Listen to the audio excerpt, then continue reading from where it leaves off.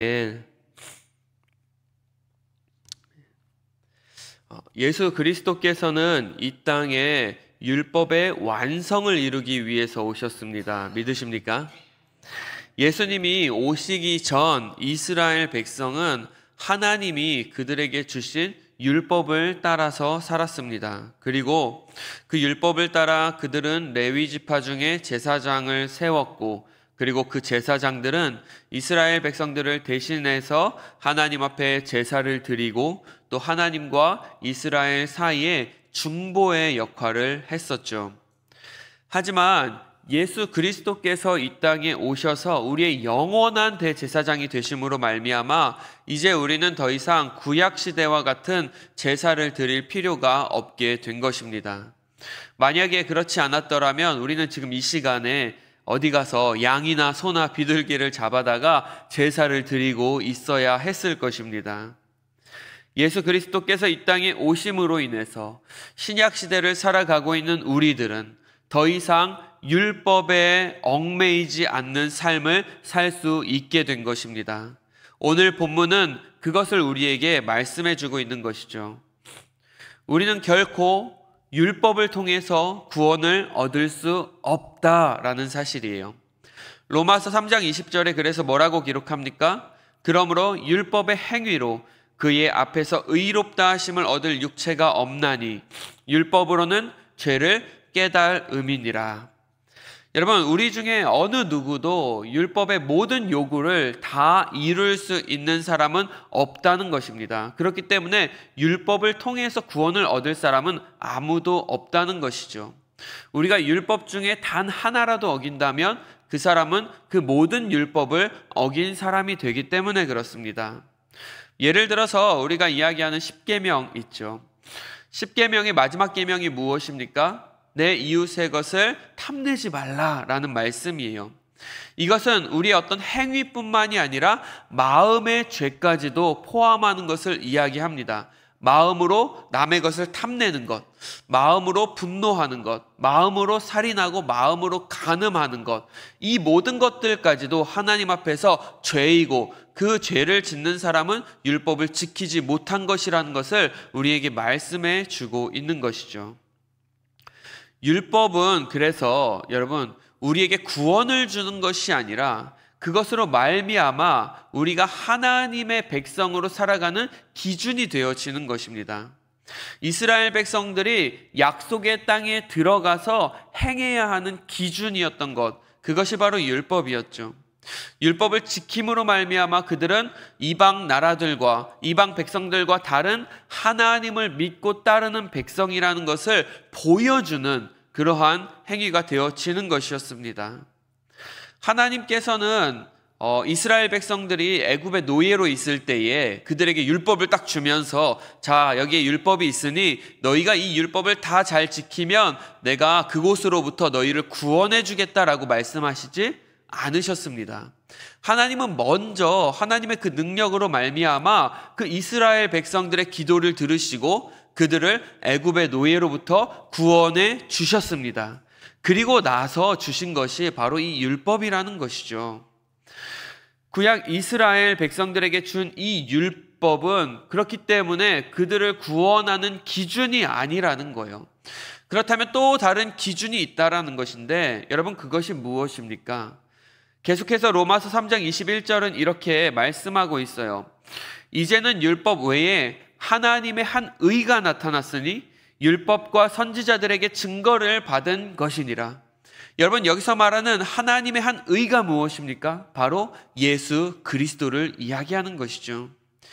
유대인들은 예수님을 율법을 폐하는 자라고 간주하고 그를 십자가에 못 박아 죽였지만 성경은 그 하나님의 한 의이신 예수 그리스도께서 오히려 율법과 선지자들의 증거를 받으신 분이며 그 율법을 완성하신 분이다라고 말씀하고 있습니다.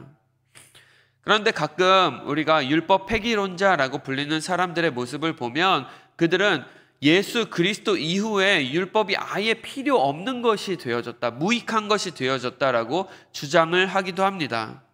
그런 사람들은 복음으로 말미암아 이제 율법이 소용이 없게 되었으니 모든 종교적 의식이 필요 없다라고 주장을 합니다. 뭐 교회라던가 주일 성수 아니면 목사님 아니면 뭐 재직들, 교단, 11조 이런 모든 것들이 다 이제는 필요 없다라고 이야기를 해요. 죄를 지어도 십자가의 보혈로 말미암아 구원을 받았으니 죄를 지어도 괜찮다고까지 말을 합니다. 하지만 로마서 6장 1절에서 2절은 이렇게 기록하고 있어요. 그런즉 우리가 무슨 말 하리요? 은혜를 더하게 하려고 죄에 거하겠느뇨? 그럴 수 없느니라. 죄에 대하여 죽은 우리가 어찌 그 가운데서 더 살리요? 여러분, 이 율법을 폐하자는 것이 아니라 우리가 예수 그리스도로 말미암아 이 율법을 온전하게 하자라는 것이 우리의 주장인 것이죠. 이 복음과 율법이라는 것은 그렇기 때문에 서로 반대되는 개념이 아니라는 사실이에요. 오늘 본문에서 히브리서의 저자가 말하고자 하는 것은 율법은 결코 쓸데없다라는 말을 하고 있는 것이 아닙니다. 하나님께서 이스라엘 백성들에게 율법을 주신 이유가 분명히 있지만 그것만으로 우리가 구원을 이루기에 충분하지 않기에 우리에게 예수 그리스도의 복음이 필요하다라는 것을 강조하고 있는 것입니다. 이것이 바로 예수 그리스도가 이 땅에 인간의 몸을 입고 오셔야 하는 이유이며 우리 모두에게 예수 그리스도가 필요한 증거입니다. 오늘 22절 말씀을 보면 예수 그리스도는 더 좋은 언약의 보증이 되었다라고 기록을 하고 있습니다. 율법도 우리에게 좋은 것이지만 그것보다도 훨씬 더 좋은 것이 있으니 그것이 바로 예수 그리스도이십니다. 왜냐하면 그분은 이 세상의 어떤 것, 심지어 율법까지도 우리에게 줄 수 없는 영원한 생명을 주시는 분이기 때문에 그렇습니다. 그리고 예수 그리스도께서 그것을 보증하셨다라고 기록을 하고 있어요. 여러분, 보증이 무엇인지 다 아시죠? 그래서 우리가 흔히 보증 서지 말라는 말 하잖아요. 보증 서는 것은 패가 망신의 지름길이다, 이런 말을 하죠. 누군가 여러분들에게 와서 보증을 서달라고 하면 어떻게 해야 됩니까? 여러분들 너무 착해서 보증 서주실 겁니까? 도망가야 되죠. 여러분, 저에게 보증 서달라는 말 하지 마시기를 바랍니다. 성경에도 나와 있어요. 보증 서지 말라고. 잠언 22장 26절 말씀에 보면 너는 사람과 더불어 손을 잡지 말며 남의 빚에 보증 서지 말라라고 기록하고 있고, 잠언 11장 15절 말씀에도 보면 타인을 위하여 보증이 되는 자는 손해를 당하여도 보증이 되기를 싫어하는 자는 평안하니라. 여러분, 보증을 서달라고 하는 사람들의 대부분의 특징이 무엇이냐 하면 그들은 그것을 갚을 만한 능력이 되지 않는다는 거예요. 만약에 그들이 능력이 되는 사람이라고 한다면 벌써 은행이나 다른 금융권에서 그에게 돈을 빌려주지 않았겠습니까? 한번 생각해 보세요. 어느 정도 그것을 갚을 만한 희망이 보여도 보증을 서줄까 말까 한데, 분명히 저 사람은 이것을 갚을 능력이 없는데, 그리고 그것을 갚지 못한다면 그 인생이 완전히 망하게 되는데, 여러분, 그 사람을 대신해서 기꺼이 보증 서줄 사람이 얼마나 있겠습니까? 그런데 예수님께서는 오늘 우리에게 친히 우리의 보증이 되셨다라고 말씀하고 있어요.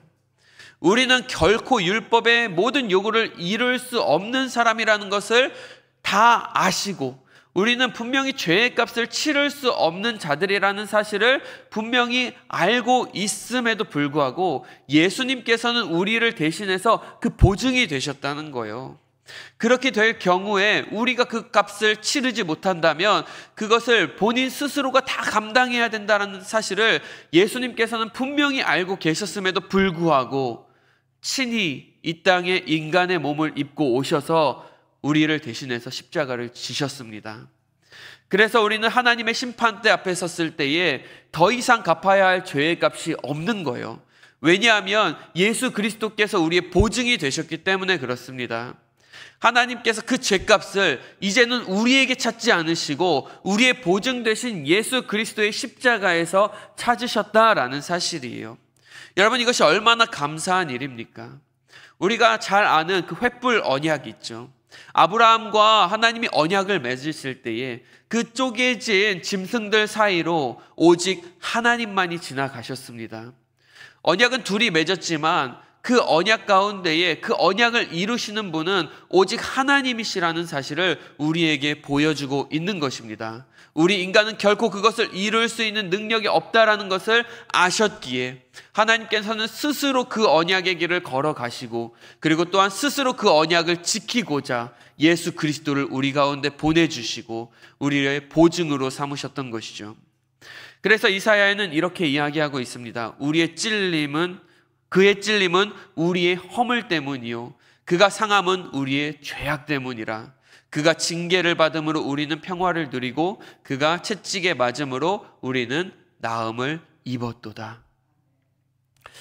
예수님은요, 우리의 모든 상황을 다 알고 계시는 분이십니다. 때로는 내가 인생에 실패했다라고 생각할 때에도 주님은 결코 우리를 포기하지 않으십니다. 내가 정말로 힘들고 어려운 상황 속에서 정말로 나를 대신해서 보증 서줄 사람, 내가 손 벌릴 사람 하나 없다고 생각될 때에도 주님은 우리와 함께하고 계십니다. 그리고 우리와 함께 아파하시고 또한 우리를 위로해 주시는 분이십니다. 그래서 우리가 읽었던 히브리서 4장 15절 말씀에 보면 이렇게 말씀하고 있죠. 우리에게 있는 이 대제사장은 우리의 연약함을 동정하지 못하시리가 아니요 모든 일에 우리와 똑같이 시험을 받으신 이로되 죄는 없으시니라. 죄가 없으신 그 예수 그리스도, 그러나 우리와 똑같이 이 땅에 인간의 몸을 입고 친히 우리의 모든 아픔과 슬픔을 다 겪으셨던 주님께서 오늘날 우리와 함께하고 계십니다. 그리고 우리에게 말씀해 주고 계십니다. 내가 너의 보증이 되어 줄게. 보증이 된다라는 것은 우리를 믿어주신다라는 뜻입니다.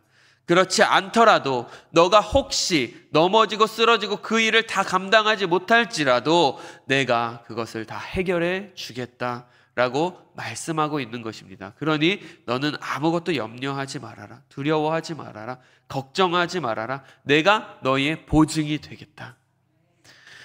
그 주님께서 우리와 함께 하신다면 여러분 무엇이 두렵겠습니까? 무엇이 걱정되겠습니까? 주님을 바라보시기를 바랍니다.